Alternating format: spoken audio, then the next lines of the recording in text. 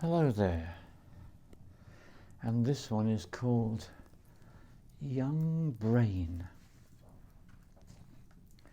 One of the things I realise is that what we all want is to have a young brain. That is a flexible, adaptable brain that is not going to succumb to the horrors of things like Alzheimer's and dementia. And so I've been looking up, and I have great thanks as always to Green Med Info for their shit-hot on-the-spot information. So the first two, I started doing these daily in January, and I've slipped down to doing them just whenever I get the call now, and it's Bacopulmonary, which is also called, can I remember the other name? Brahmi. It's also called Brahmi, and that's available from Indigo Herbs. And there's also Ginkgo biloba, which is very well known. So that's this wonderful tree that grows in China, and the leaves have got this incredible substance, both really powerful for improving cognitive abilities. The third one is really rather so interesting and surprising. Tea, wine and chocolate. These contain such substances as flavonoids, and of course the wine also contains resveratrol, and these are so beneficial for the brain, it's extraordinary. And there's actually a figure given about wine. It has to be red wine, of course. Red wine's the one that's got the resveratrol, so any wine other than red wine is useless for this, for your brain. It's a red wine, and you want between 75 and 100 millilitres per day. That's all. And when it comes to chocolate, and we're not talking about the chocolate that's full of sugar, we're talking about chocolate which is ideally been made yourself, ideally raw chocolate, the best quality you can get hold of, with ideally no refined sugar added to it. 10 grams of chocolate, 75 millilitres to 100 millilitres of wine. It doesn't say how much tea. I know that green tea is particularly renowned for being helpful in this way, probably a cup a day, who knows. And then of course you've got the berries, the powerful berries, the berries of power. The raspberries, the mulberries, the blueberries, the cranberries, they are also helpful. And we are now moving on to the next realm really, which is all antioxidants. The berries, also grapes, also walnuts, but most especially my friend the pomegranate. Yes, pomegranates, first, last and always, do you so well. And an interesting, surprising one, if you do buy resveratrol in a supplement, it's mostly made from Japanese knotweed. Now this is regarded to be a harmful pest by so-called environmentalists, particularly in the UK, and they go around destroying it.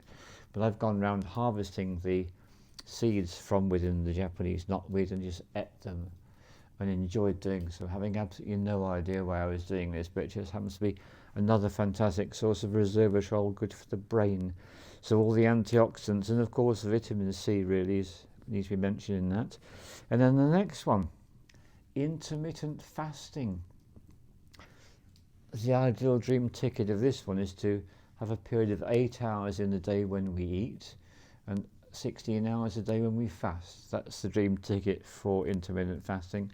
But anything you can do to approach that, even if you're only having 14 as opposed to 10, that's still a great step in the right direction. Intermittent fasting has such a beneficial effect on the body, producing growth hormone and other fantastic things. It's really great.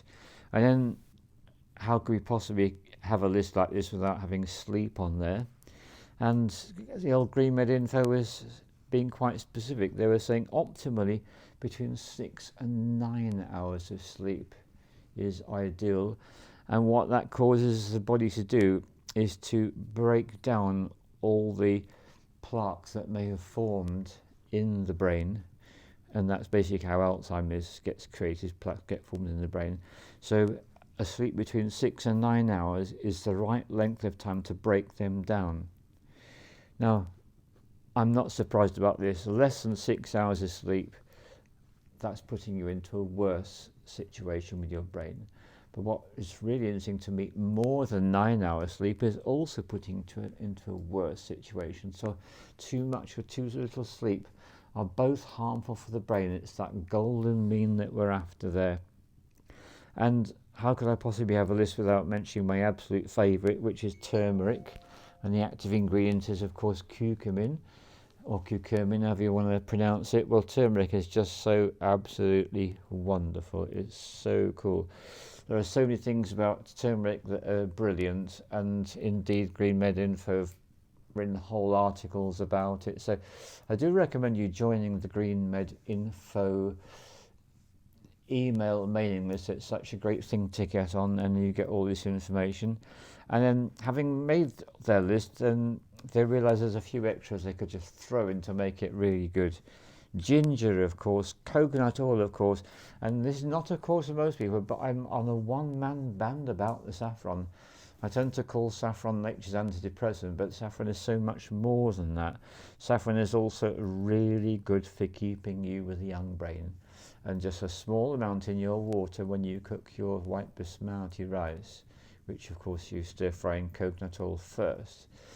Oh my goodness me, it's all so good. All those things, I thoroughly recommend all of them, and yeah, go for it. All the love to you.